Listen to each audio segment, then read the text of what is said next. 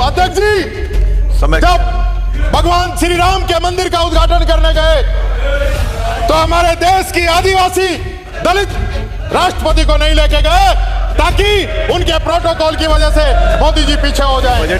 जब नई संसद का उद्घाटन हो रहा था वहां आप राष्ट्रपति जी को नहीं लेके गए क्योंकि वो दलित थी और प्रोटोकॉल में प्रधानमंत्री से ऊपर थी।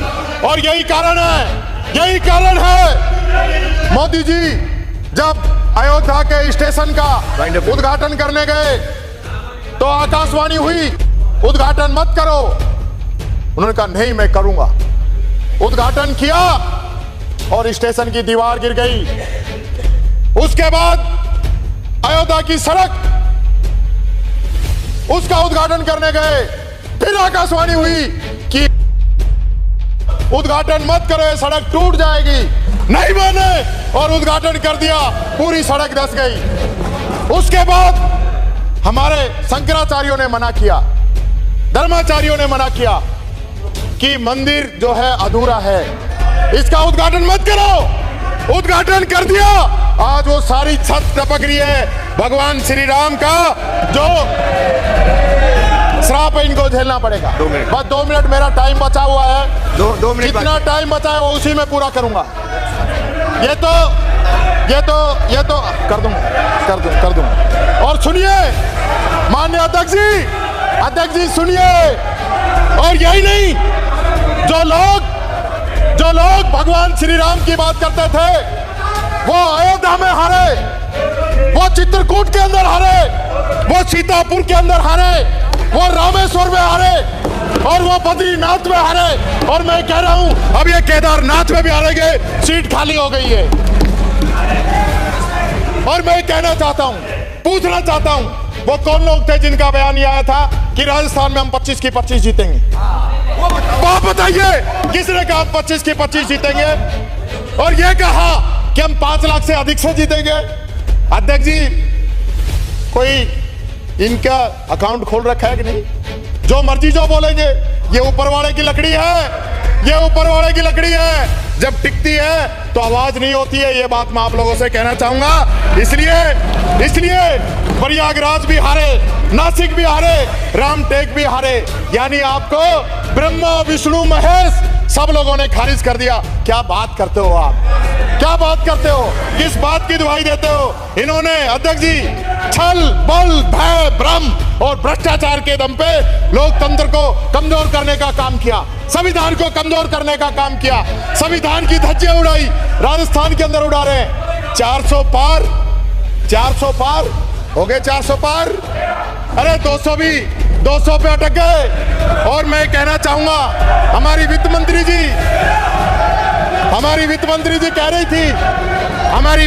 जी कह रही थी कि संविधान में कुछ संशोधन की जरूरत है। मैं पूछना चाहूंगा जब रिप्लाई दें तो बता दें कि अब भी संविधान में संशोधन की जरूरत बच रही है या नहीं बच रही है? जवाब चाहूंगा।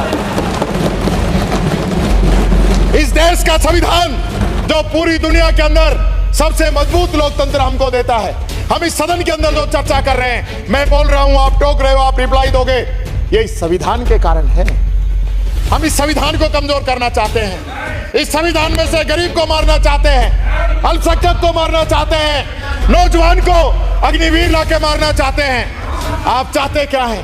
आप आरक्षण खत्म करना चाहते हैं। आपकी मंशा आरक्षण को खत्म करने की है।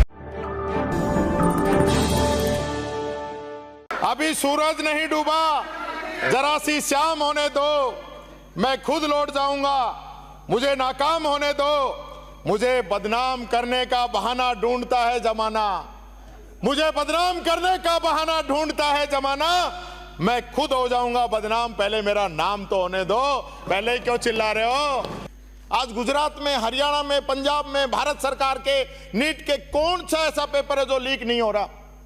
पर हम आप पे कह दें, आप हम पे कह दो, इससे रिजल्ट क्या निकलेगा? क्या हम सब लोग यहां पे जो चुन के आते हैं कोई इस प्रकार का प्लान नहीं बना सकते कि भविष्य में पेपर लीक नहीं हो? कानून चाहिए, हमने बनाया, देश के अंदर सबसे मजबूत कानून राजस्थान ने बनाया।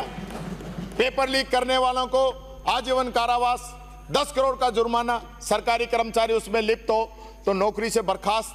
पूरे देश में सबसे पहला कानून हमने बनाया, भारत सरकार ने बनाया। राजस्थान के मुकाबले 10% है, लेकिन हम इस चीज पे कोई किसी पर आरोप लगा दे, कोई किसी पर आरोप लगा दे। हमने भी 150 लोगों को अरेस्ट किया, आपने भी 100-150 लोगों को अरेस्ट किया। ये जो माफिया है, अपन क्या है, अपन मछलियों को पकड़ रहे हैं और मगरमच्छ जो है खुले घूम रहे हैं। इस दिशा में अपने को काम करने की जरूरत है। हम सब लोग मिलके यही विजन है भारतीय जनता पार्टी के लोगों का, और यही आपका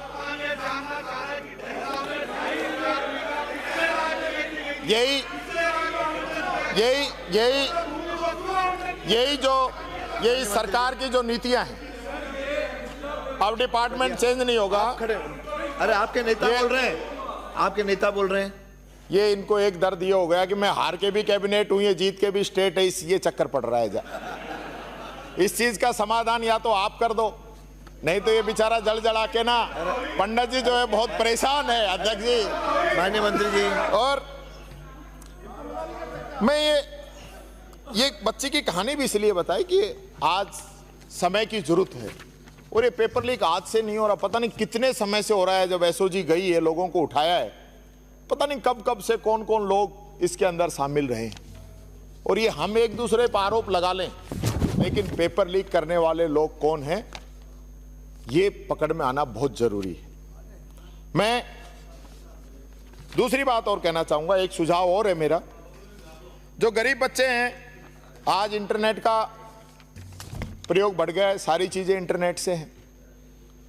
क्या हमने प्लान किया है कि हम गरीब बच्चों को भी इंटरनेट कैसे दें?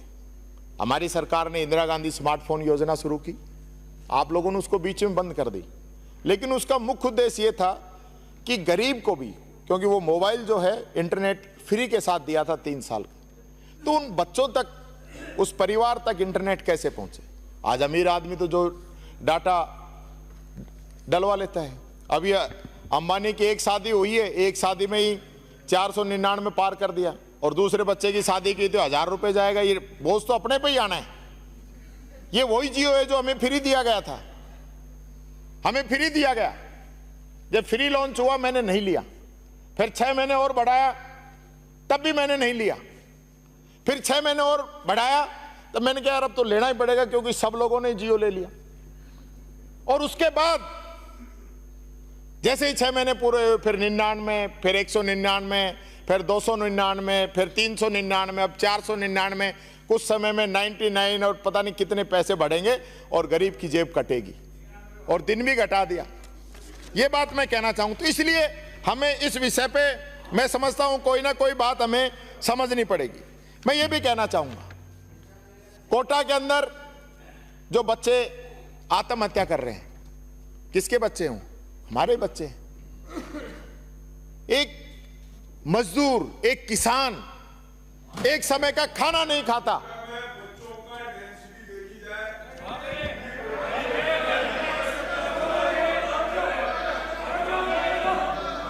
आज बैठिए।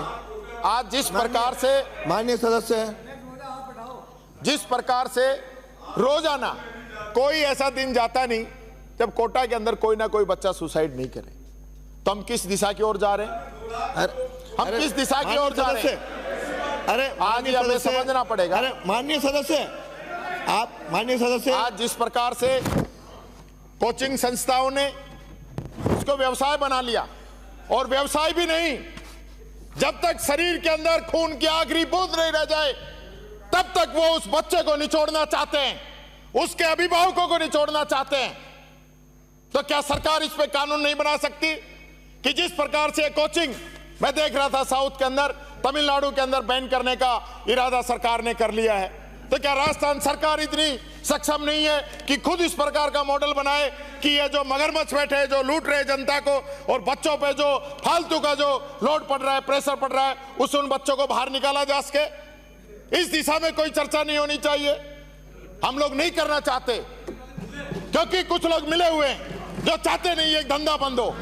गरीब का बच्चा किस प्रकार से अच्छी एजुकेशन ग्रहण कर सकता है, हमने तय किया।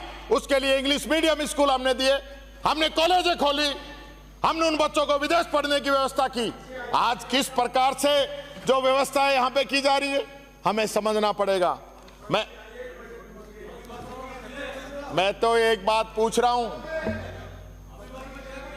कि मुझे रहजनों से गिला नहीं, तेरी रहबरी का सवाल है। तू इधर उधर की बात न कर, तू ये बता काफिला क्यों लुटा, 25 से 14 पे क्यों आए, 25 से 14 पे क्यों आए, इसका भी जवाब दे देना। ये जो बातें कर रहे हो ना, ये जनता एक एक दिन का हिसाब लेगी आप लोगों से, किस प्रकार से यहां के आप जनता के गाढ़े खून पसीने की कमाई पे यहां ऐश कर रहे हैं और जनता की आवाज उठती है, जनता का जो मुद्दा उठता है उस पर आप समर्थन नहीं करते हैं। इस राजस्थान की जनता आप लोगों से पूछेगी।